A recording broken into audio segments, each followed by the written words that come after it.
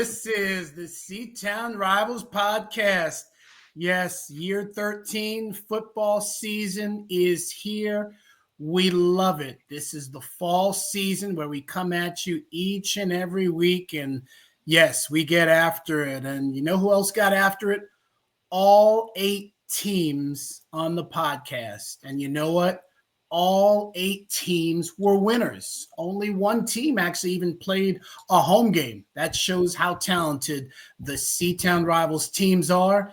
And yeah, the original Seton rival team, so to speak, it's right here. Before you hit the field, you got to check in with us. We got Ralph Amsden. Yes, he is the founder of the podcast. He's been here every step of the way. He represents North Arizona Avenue. And then we got my man, Adam Beadle, representing South Arizona Avenue. And he truly is on top of a lot of Arizona sports at all different levels. I totally love it, fellas. Ralph, we were just rattling off from the kitchen table to the studio to the video, and something that I think will be pretty cool in 3 weeks will be at a place called Podworks Studios, and we will get to kind of upgrade ourselves a little bit. It'll be kind of cool. We'll get some premieres going on as far as some lead-ins and all that. And Ralph, I'm looking forward to it. Adam, it'll be cool to actually be side by side with you in a studio.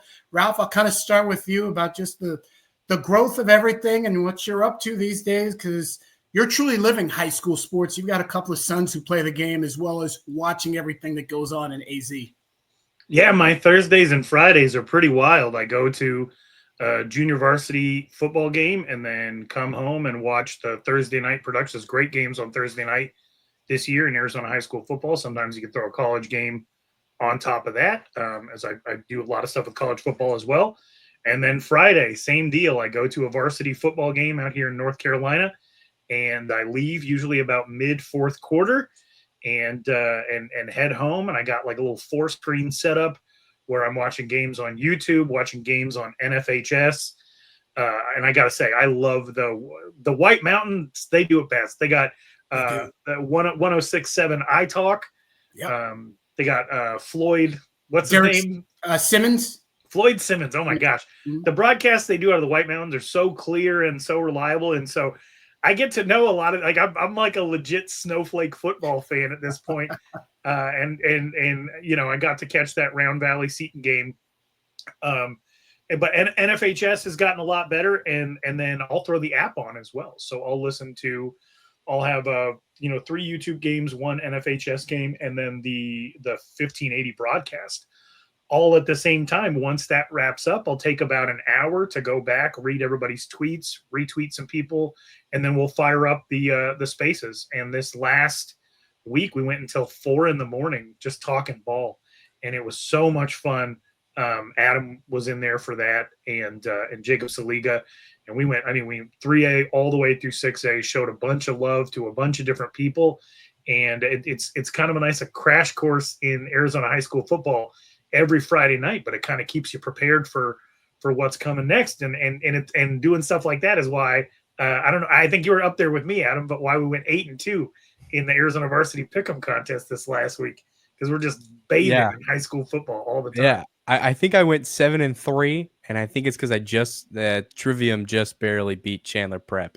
I gave Chandler. That was on me too. I gave them some love. I was hoping maybe a 9-0 City of Chandler thing, but they lost 41-40, so didn't work out. And props to Chris Ador and what he's doing over there. Absolutely. No, it's good stuff.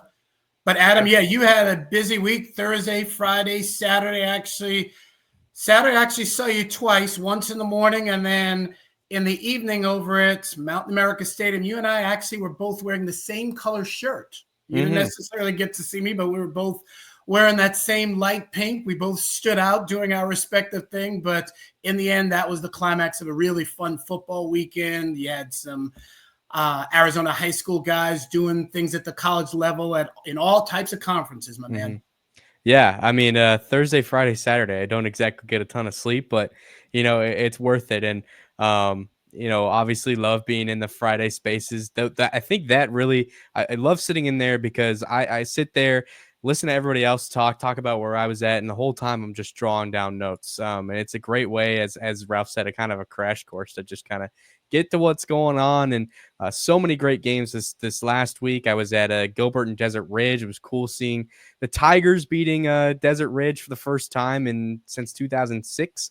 It was kind of interesting, not Seton related, but still a cool accomplishment. And obviously Saturday night too. It was just great atmosphere, super fun to be back in Mountain America Stadium, watching some ASU football and getting to catch up with some of the people I know over at Northern Arizona and some of the former Arizona high school players. Just always a fun time for them to come down to the Valley, and they played fairly well. And I was I can't say I was surprised by NAU's performance. I was kind of expecting that they would throw ASU off a little bit, and they did. And nonetheless, it was a great game, great week of college football. So many upsets and just surprises, and like we said last week, it's just a good thing and a fun thing that football is back. Absolutely. 8-0, and we were talking a little bit about just really good production value across the board. Another school that really, I'm going to say, does it right, Paulo Hutchison is the production guy over at Seton Catholic High School. Jim Shoebridge, the AD over there, their production for football games is really good. I got to watch a bunch of it, and what a game it was. They knock off the Roadrunners of Santan Charter 32-26, and RJ Fogerty 4 touchdowns in this one. Solid catch with 15 seconds remaining. And Ralph, while we know that Seton Catholic really has to start to have that pipeline of young guys to keep that program going, senior leadership with guys like Mendoza and Fogerty, that's where it's at right now. Right. What an incredible game from RJ Fogerty. Incredible game. And to do it in all aspects. He threw a touchdown pass. He ran for a touchdown pass. He had a kickoff return for a touchdown for his second game in a row. Mm-hmm. And then obviously, receiving touchdown, nail in the coffin. And then, Sloan Sweet, big fan of him, 10 solo tackles, and he ends up catching a touchdown. It's all hands on deck for the Seton Catholic Sentinels team right now. They should be very, very proud of this win. Santan Charter has, they produced a Division I athlete last year, right? Adam, this is it's small school team, sophomore quarterback, but he still went 20-25 and threw 3 touchdowns. So quality win over a quality opponent. And I think that, you shouldn't shy away from scheduling tough. The Round Valley game ends up paying dividends. You go out and get punched in the mouth in week 1. And by week 2, you know what you need to work on, and you go out and get a quality win. So super proud of Seton Catholic this week. Adam, indeed, yes, Seton Catholic getting it done. Yes, doesn't matter if it's 2A, 3A, 4A. We know, as Ralph said, Santan Charter, a tough team, and it's good to see them get that first W of the season. Yeah, absolutely. And you got to credit some of the guys that are standing up too. Lucas Jimenez had 12 tackles on defense, 7 of them solo. And that's really been the big story for Seton Catholic early on is, those younger guys stepping up, losing so many seniors. And obviously the Round Valley game being a little rough and now kicking into gear. And like Ralph said, Santan Charter is a really, really good opponent. Even though they're in 2A, they absolutely have the talent and have produced the talent to be able to play at a higher level. So this is a really great matchup for Seton Catholic, and a great job going out there and getting a victory. Next up is a trip to Safford to take on the 0-2 Bulldogs. The last time Seton Catholic and Safford met, August 21st of 2015, 28-14 was the final as the Sentinels notched that victory. The Valley Christian Trojans. Defense gets it done again. 6-0 shutout road win at Sholo. Caleb Goldman with the short touchdown run with 2:43 left in the third quarter. That was the difference. That was the only score of the game. Adam, defense, as we know, will win you a lot of games. And wow, Coach Peterson's team is stingy with the points. Yeah, Coach Peterson's team has, if I crunch the numbers correctly, forced 6 turnovers in their first 2 games, which is quite impressive and really a presence we haven't seen from a Valley Christian defense in a while. Obviously, we've seen them kind of progress towards the playoffs the last couple of years with some very talented offense, but we really haven't seen this powerful of a defense from a Valley Christian team in a while. So good to see them competing really hard, and I know this Valley Christian team is only going to continue to grow, and especially offense, you got to look at it. There's still a lot of things that they're working out, a lot of new guys that they're getting into the system, and facing off a team like Sholo, who continuously year after year is competing against some of the top teams in 3A. This is very much continuing to step in the right direction for Valley Christian. Ralph, a Valley Christian win for me is always, when I say personal, that culture to me it really has defined Chandler for me. I mean, I come from a big city and a very large school. I ran into Coach Timmer, the basketball coach for many years on the girls' side, and Coach Hagsma, still the AD, at the ASU game, and just kind of chatting with them and taking it all in. I mean, it's really special. I mean, this school is just built for culture, and it's so much fun when they notch a win, a big win at that. Absolutely, and it's always been that way. From my time at Chandler High, you meet Valley Christian kids, and it would feel like maybe they're from another planet. But they would talk about how great the theater program is. They would talk about how easy it is to be involved with multiple sports because a lot of the coaching staffs would move with you from season to season to season. A few years ago, we celebrated Greg Hogsma having 500 wins, but it wasn't 500 basketball wins. It was a lot of different stuff. He was one of my best friends who is in his mid 40s now. He was his baseball coach. He went on to play some college ball in the state of California. So he's been at it a long time. I think they've created an awesome culture out there. And this is a big win. Things still don't look super pretty on offense. I think that can get figured out over time. But the one thing that Valley Christian, I think, really needs to hang their hat on is that Cash Perkins and Jet Walker are two very good football players at Sholo. Jet Walker opened up the season with 5 carries for 91 yards and 3 touchdowns against Florence. You know what he had against Valley Christian? 2 carries for -4 yards. I love it. And only 37 total yards of offense. And so, that's a special player that they put in a headlock. And I think that's something that, that they can put as a feather in their cap and say, I mean, we're capable of big things here at Valley Christian. Tough test for them on Friday at home as they host the 2-0 Blue Ridge Yellow Jackets. It might be the first time that these two schools have ever played. So we'll see what happens with the Trojans and the Yellow Jackets. Should be a good one on Friday nights.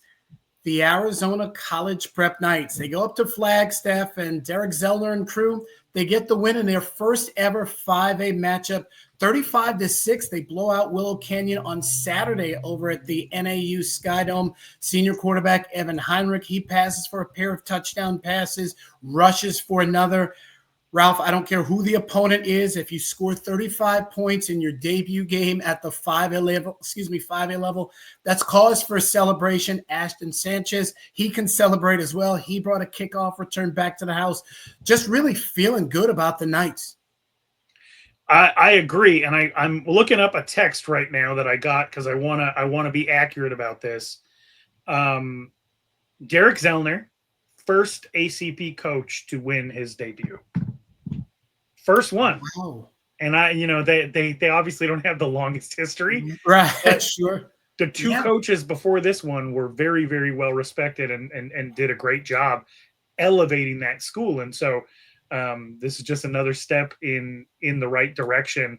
And I mean, it's very, very cool that, I don't love that they had to transition to a new head coach, but to have Derek Zellner there, who played high-level Arizona high school football, who has been part of the scene in this part of the valley, having been the head coach at Gilbert.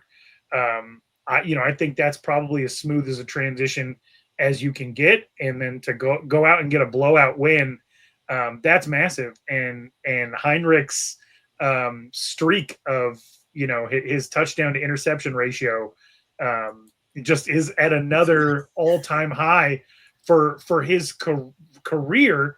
I think, what was it? It was 30-1 last year. Sounds right. And then 2 touchdown passes in this last game without an interception. So I hate to just be a stat watcher on that front, but I mean, he's done a really, really good job taking care of the football in his career at Arizona College Prep.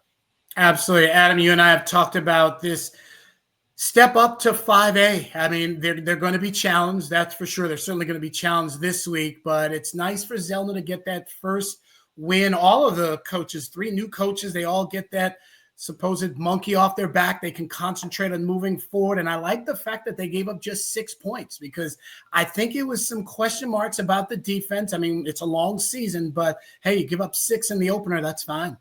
No, absolutely. And I think something we don't really talk about this Arizona College Prep team is how well coached the defense is, and how well coached it has been. All these different head coaches that have come through, this defense continues to have some leaders that step up big time. And look at this Knights team had 6 sacks on Saturday. Isaac Spenlove had 2, and James Lake had 1, also doing some things. He had 7 tackles. So some great defensive play from this Arizona College Prep the team this last couple of years. And I think Derek Zellner, with the identity that he has, knowing how to play at the 5A level, I think coming in is already the perfect coach for this Arizona College Prep team. And now them really kicking into gear in conference play and getting it going, I think there's a bright trajectory for Arizona College Prep the rest of the season.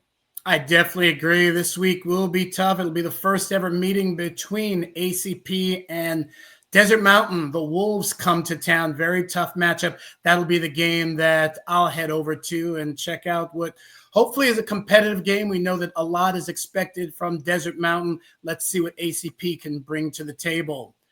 The Casteel Colts and new head coach Joe Bushman. Final score, Casteel 51, Helix 14. Helix out of the San Diego area. Jameis Muir, not sure if I'm pronouncing that name right. He got it done on the ground and special teams with a 45-yard punt return for a touchdown. Casteel scores in every quarter.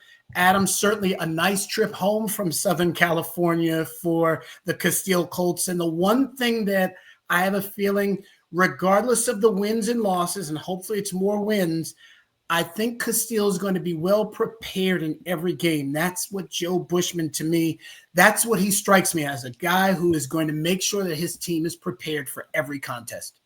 No, absolutely. And I think that's the part of Joe Bushman that comes from being a college coach, right? That amount of preparation is needed to go into a college game. And now bringing that to the high school level, I think sets the tone perfectly for Casteel. And I got to say, the Colts surprised me a little bit. And I think that's mainly because there was a lot of question marks going into the beginning of the season, going into the first game, on what the quarterback situation was going to look like for the Colts. And Gunnar Choy coming out there and proving some people wrong, and also showing that he is here to play. And so I think that the one thing that I talked to Coach Bushman about at the end of the spring, beginning of the summer, is that they were still trying to figure out, who those leaders are on their team. Obviously, they've got a very talented guy that's been there for a while. He's tenured, Bryce Greer, on the offensive line, who Bushman has told me just kind of that natural born leader. And I'm excited to possibly have some conversations with Bushman over the next couple of weeks, and seeing how the rest of the season plays out on,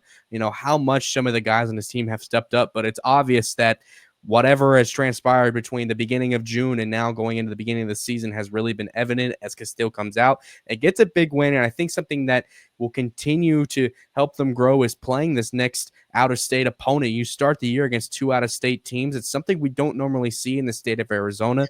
And it's going to be interesting to see how that shapes them in the rest of the 6A play this year.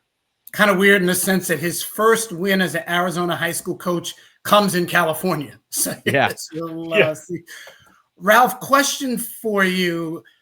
When I say the national scene, the games out of state, to me, they're cool and all. And I like to see them played, but at the same time, is it hard to get that measuring stick in a sense of, yeah, we know the national brands of, say, an Orange Lutheran, the IMGs, the Bishop Gormans, et cetera.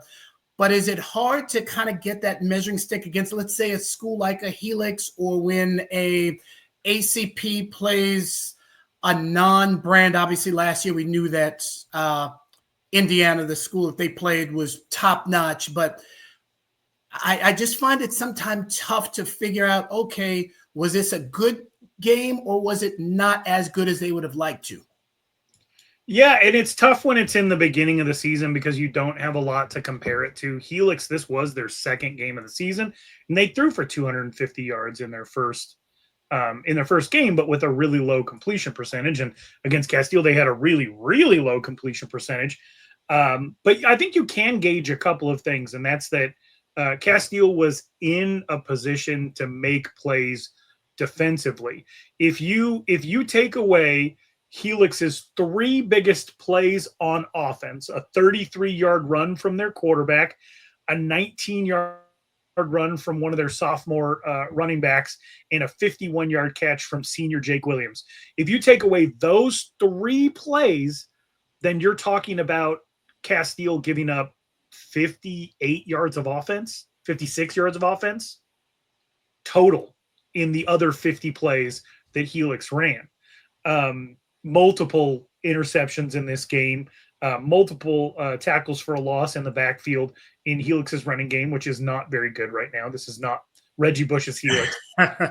But you can say like, oh, they were put in position to make plays. And that's really it. And that's probably the reason why I don't like out-of-state games. I never really liked out-of-state games. Unless you're on the team, it is a really, really cool opportunity. Hamilton used to do it all the time. They went to Ireland. They went to California. They went to Nevada. Where did you see them? They went to Florida, Miami, which is what started it all for me. I think they went to Ohio once. Yep. I think it can be a thing that's very, very valuable for your team. Eventually, Chandler started doing it, going to California. Basha used to go to Nevada. I think Chandler was one of the teams that went to Colorado and played Valor Christian. And so, there obviously is some value in it. And in camaraderie, I think it's a big thing as well. But for somebody who's trying to evaluate, based on what I know, it does nothing for me. I'm never going to watch Helix again unless somebody else schedules them. I really like watching 2 Arizona high school football teams play against each other. But that's just me. All I can say from this result is that Casteel's defense was in a position to succeed. They only gave up 1 touchdown on the game. I think Helix's other touchdown came on a pick 6. So awesome opening performance for Casteel. Maybe they'll be able to ride that into some success in the regular season. Absolutely. And indeed, yes, as Adam pointed out, they do have one more out-of-state game. That is Liberty High School of Nevada coming to town on Friday night. The Chandler Wolves, they head to the west side and defeat the defending 6A champion Centennial Coyotes 24-17. Ty Wisdom, he's a winner. Quarterback Will Menzel, he's a winner. 24 of 33 for 282 and 3 touchdown passes. Ralph, just to see them get out of the gate quick and defeat what many people feel is a contender road win, I love it. I love the fact that they went over to the west side and got the W. Felt like a tennis match. It really did. It was just answering back and forth. If either team would have had to prove it and win by 2 touchdowns, this game might still be going on 5 days later. I was surprised. I did pick Chandler to win the game, but I was very, very surprised at Chandler's resiliency because that was not resiliency that they showed last year, especially against teams like Perry, where they had opportunities late in the game and they didn't capitalize on them. And we have a lot of the same players on this team. So, this is what you make the transition for.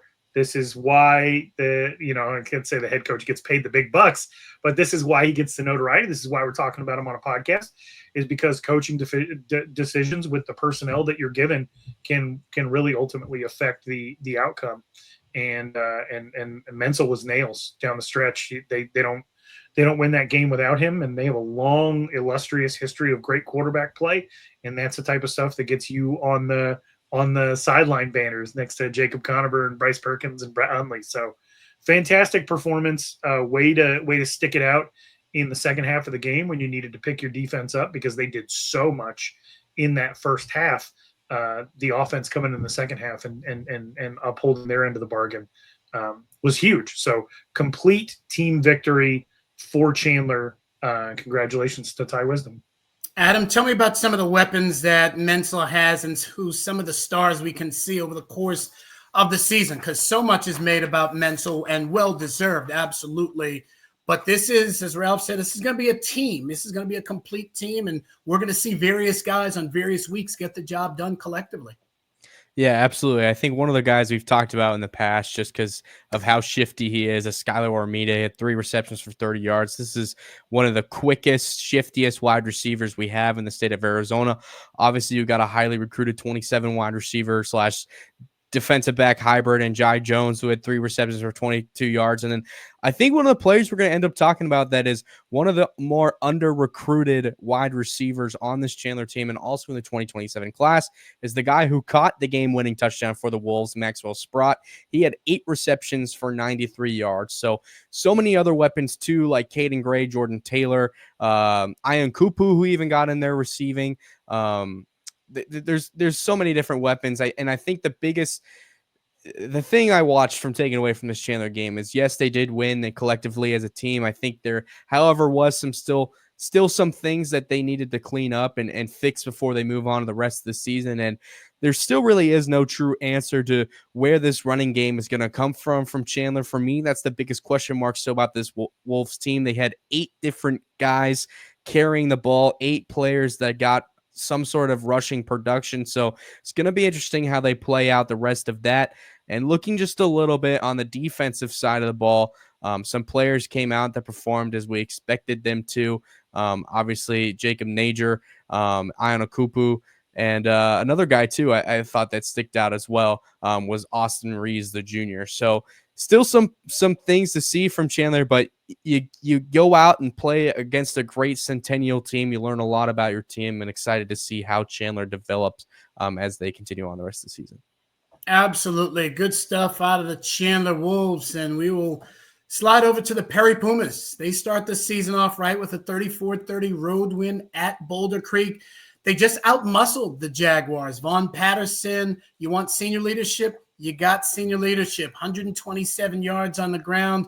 He carried the rock a little bit last year, but this year looks like he might be one of their leading guys. Of course, Talen Frazier, I love that kid's game. He goes hard on both sides of the ball.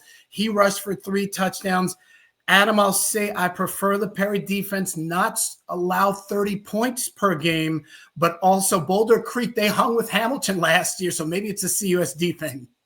I think Jacob Saliga was saying something about it in the spaces, something about CUSD teams going up north and going up to Anthem. That drive, there's something that happens on that drive where it takes a while for these teams to click in. But no, you're absolutely right. I think an unexpected part of this Perry team in the first game was how efficient the run game is. And I think that's just evidence of how much beefier their offensive line is this year and how much more we can expect them to pound the rock. Talen Frazier, a guy we've talked about for a while, and Cale Snyder. I think if you Perry, you're still got to figure out the way to how to get figure out a way to get the passing game going. Snyder threw for 200 yards, but no touchdowns and 1 interception. So you've got so many wide receivers on that team.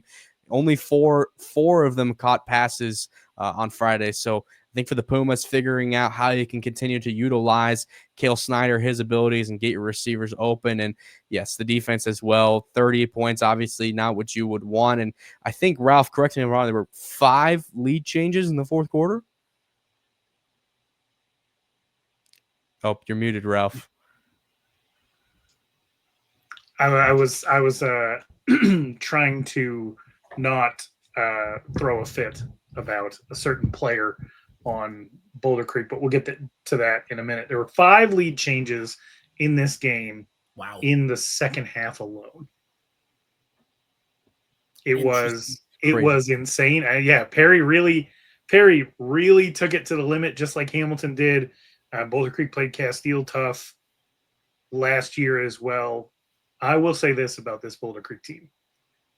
I am sick of Joey Longo. I'm sick of him. He tore up Hamilton at quarterback. He almost beat Hamilton at quarterback. He's a receiver. He played quarterback for that game, almost knocks off the Huskies, was at receiver against Casteel last year, 4 catches, 122 yards. I think he scored multiple touchdowns in that game. And then he opens up this season with a 6-catch, 223-yard, 4-touchdown performance against Perry. This kid owns the Chandler Unified School. Yeah. Absolutely. I never want to see him again. Beware if you end up going against Boulder Creek in the playoffs, or basically anybody that has to figure out what to do about him all year long. He is an absolute menace. He is an unheralded star. And yeah, I'm about done with Joey Longo. Congratulations to him, though. Heck of a game. Good to see. I mean, we definitely like highlighting players who aren't part of our 8-team cluster. And indeed, Longo certainly has proved it on multiple years. And yeah, best of luck to Longo. We just don't want to see him taking on any more CUSD teams, that's for sure. The home and home will continue for Perry. Last year, they went out to El Cajon, California, and took on Granite Hills. This year, it'll be on a Saturday. Granite Hills will come and play over at 1919 East Queen Creek Road. The Hamilton Huskies, they blow out ALA Queen Creek 63-20. They score in 8 consecutive drives that resulted in touchdowns. I mean, I was impressed. I mean, I'm standing there watching this, and the first half I was on the ALA Queen Creek sideline, and all the pomp and circumstance that they had going on in the game. I mean, they were fired up, and make no mistake, this is a good Patriots team. They will be competitive throughout the course of the year. That says a lot about this Hamilton team. Jack Scully, I mean, as much as we've talked about various quarterbacks over the course of the last handful of years, he was about as poised as I had seen a QB in a very long time. As we know, he's just a sophomore, 20 of 25. He had a ton of yards. That receiving room runs deep. Roy Oliver, 7 catches, 146, 2 TDs. Montana Duncan, I like him, 129 for 2 TDs. Yeah, Jacob Brown, Scott Cole. I mean, this team is just loaded. I mean, you got Eric LeBlanc running around. I don't know where to stop talking. I was that happy to see, and I'll start with you, Ralph. I mean, you saw some of the tweets, you saw some of what was going on, the scores. I mean, dropping a running clock at ALAQC, not an easy thing to do.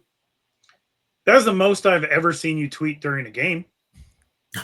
That's and like with crazy frequency, and you had a couple of good angles. Nice camera angles on some of those touchdowns.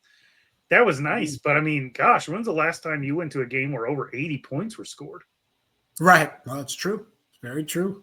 Or where Hamilton dominated in that fashion against a team that we thought was going to be, pretty good. And you're saying still will be. That had to be quite an experience. I'm mostly just interested in hearing from you because, again, you saw the Hamilton team that made a run to the Open Championship in 2020. You saw the Hamilton team that had James Sosinski and Sam Sasso alternating at quarterback that went to the state championship in State Farm Stadium against Chandler. 2014. Wow. Yeah. Yeah. And I think maybe you saw a little bit of that 2013 team that ended up getting beat by Mountain Hamilton. Point. By Mountain Point that went on that long drive in the mud at Highland against Chandler to get to that championship game. Those are probably the 3 most dominant teams that you've seen out of Hamilton in your time. I'm curious as to, after one game, where this team stacks up. If they stay healthy, they can go a long way. I mean, I look at the running back, Jacob Brown. I mean, he can be a workhorse. I mean, he's a guy who can get a lot of carries. I mean, this was my first, when I say my first look at him, I saw him last year, of course, but at the same time, just really looking at his physical makeup. I mean, he can run some people over, kind of like, I want to say, Ari Johnson from back in the day.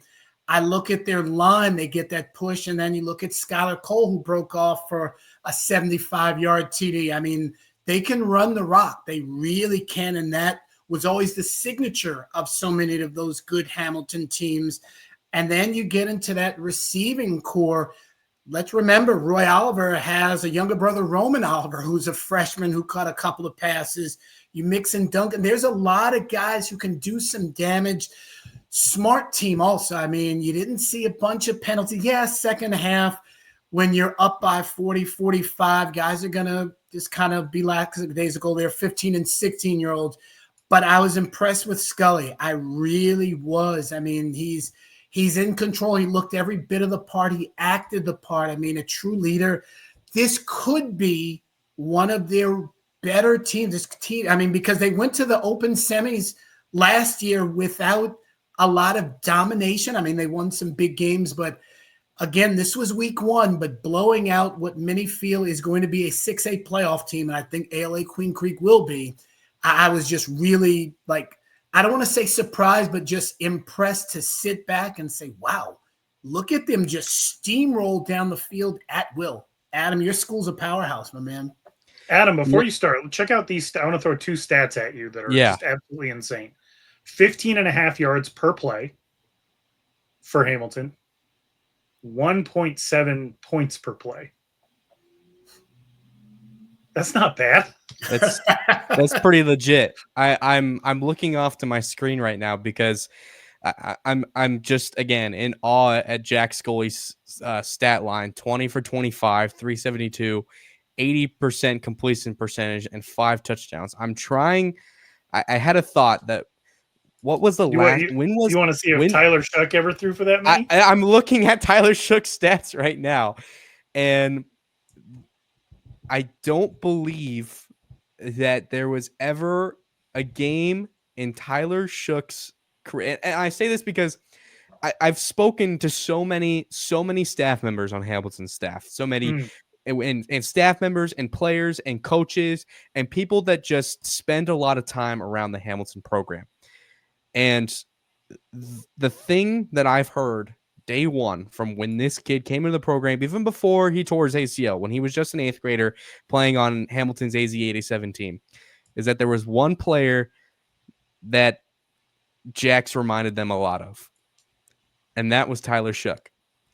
And there are 2 instances in Tyler Shuck's career where Hamilton dominated and he went off. It was against it was his, let's see, this is his senior year against Basha in October. They won 56-0. He went 16 for 22, 300 yards passing and 5 touchdowns. And then he did it once in his junior year where this is showing me the same game. Hold on. Anyways, regardless to say, there has not been this dominant of a quarterback to do this at Hamilton since likely Tyler Shuck. I know Nico Markiel had his moments, and I know Beckham Pellet had his Nico moments. had 2 350-yard games, never a 370. Wow. And I think that just kind of goes to put into perspective on what the future of Hamilton could look like. Is this... I'm honestly, I'm still in shock. I don't really know what to say. And I even sent out a tweet that I was like, I apologize to my alma mater because I didn't think that this was going to happen, generally because I really did, coming into this game, think that this was a really, really talented ALA Queen Creek team. Now, they did lose a lot on the defensive side of the ball, but to still throw for over 350 yards on an 80% completion percentage and 5 touchdowns is still quite ridiculous. And the trajectory that Jack Scully is on right now based on this one game performance, oh my goodness.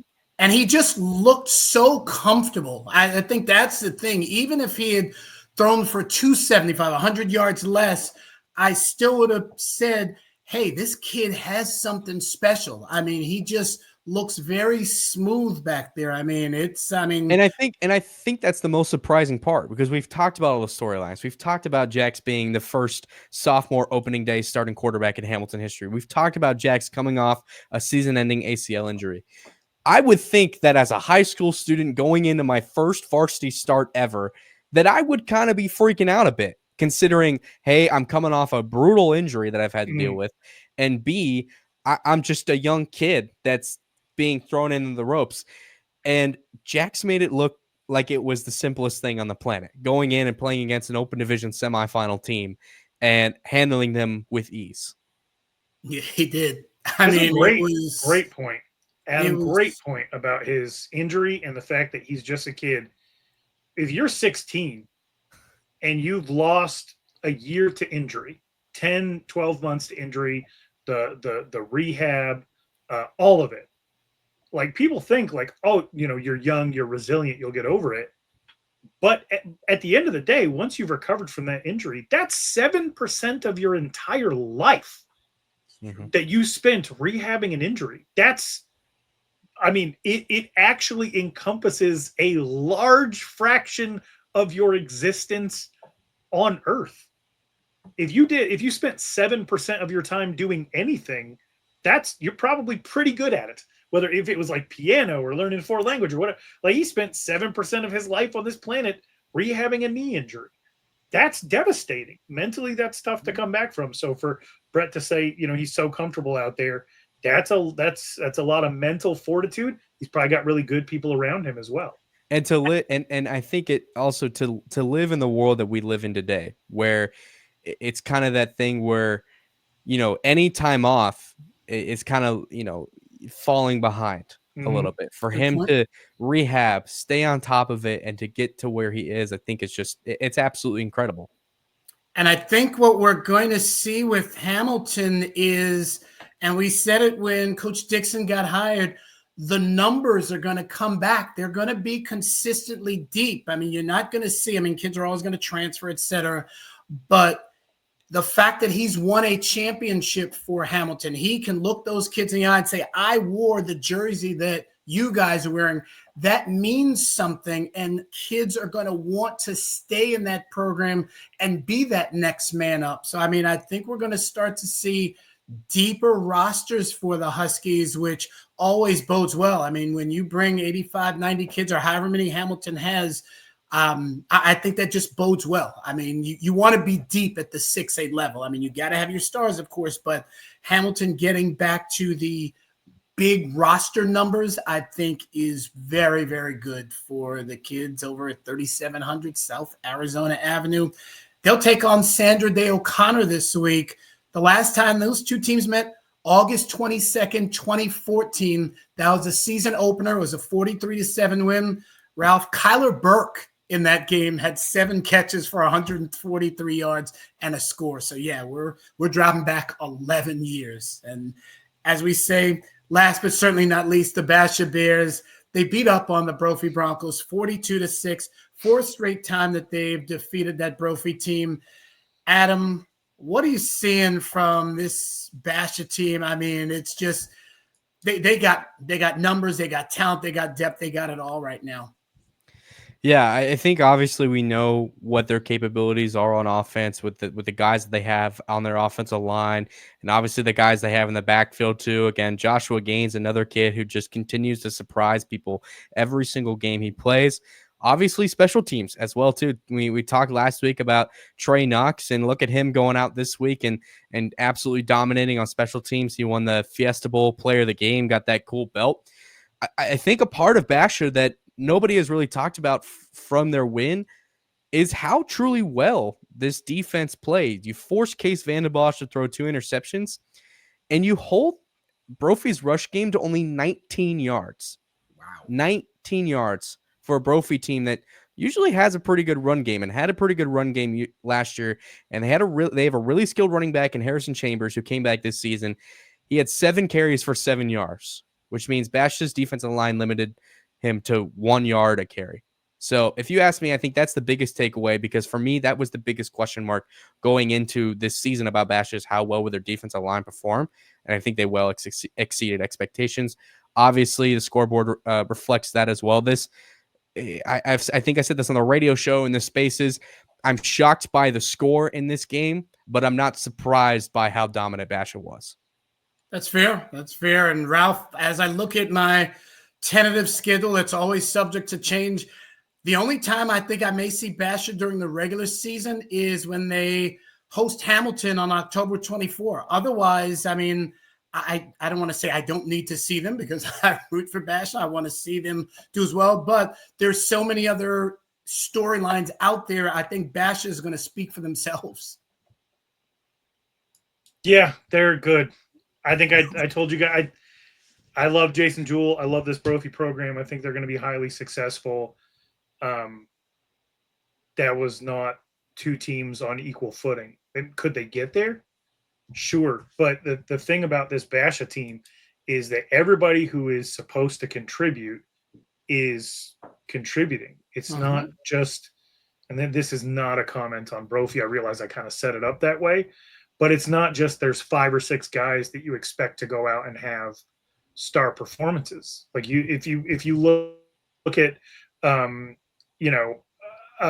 Eli Kramer Cronin had a sack and a half. They were led in the defensive backfield in solo tackles by Trey Kennard.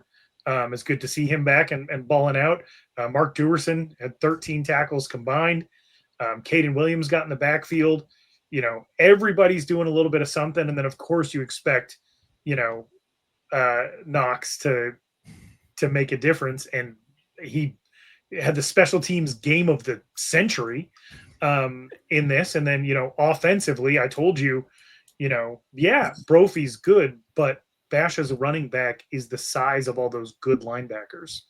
In one-on-one situations, this is just science at this point. Joshua Gaines looked like Cam Scatteroo out there, and I'm not wow lightening that. That's saying something. You watch the film, you watch him run through defenders, and the way that he just nonchalantly does it. I tweeted it out because I was like, this. His contact balance is insane. I think that's the biggest part that steps out about his game. Not to step on your toes, Ralph, but no, I think it's a great point to bring up. It's absolutely ridiculous, just how they're able to, and I think a lot of that comes to me a little bit of a shock of Chris McDonald's game plan. This is his first time calling plays for Basha, and he called quite the script in this game against a Brophy team who fares fairly well usually against top opponents. And their social media team is good. Their equipment guy, Blake, he's the man. Yep. They've got the media operation that they're running out of Basha. It's funny what success will do, because when Brock Purdy was at Perry, they were making incredible sports content. They still do a great job, obviously. But like once you have that success, people want to be a part of it, and they use their talents. Like Adam Beadle uses his talents to edify that stuff, and then all of a sudden, it's hip and cool to be at the games, to make content surrounding the games. And I love to see the way the culture at Basha developed, and almost how necessary it was for them to come back off an open championship and regain that hunger by losing a little bit, realizing that it's not the best team out of Chandler is not guaranteed a championship.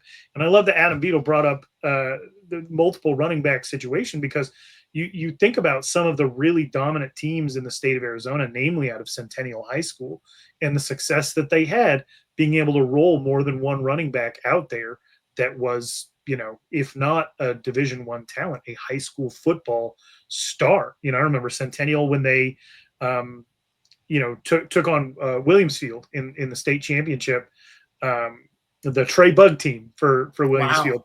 Wow. They were running John Rincon out there. They had 3 different running backs: Zidane Thomas and our other guy who's actually coaching at Centennial, coaching some running backs at Centennial now, and all 3 went on to play college ball. Rincon went on to play internationally.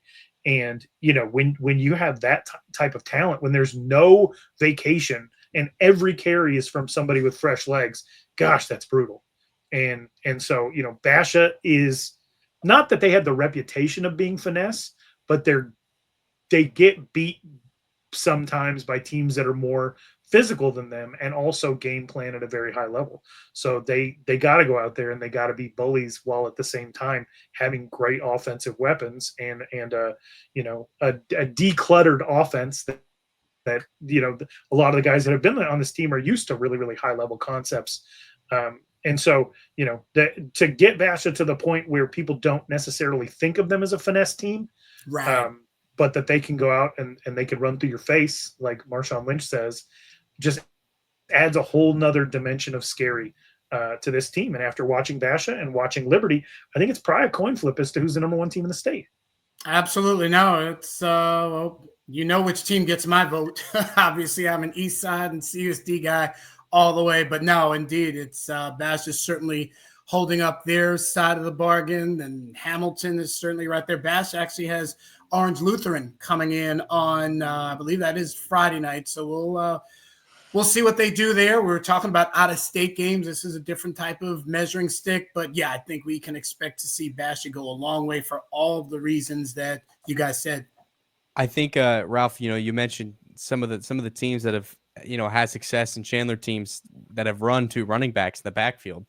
And my mind immediately goes to 2017 Chandler. We got a guy like Drake Anderson and DeCarlos Brooks back there who, DeCarlos was 10 yards shorts of 100 yards a carry, and he wasn't even the leading rusher on that team.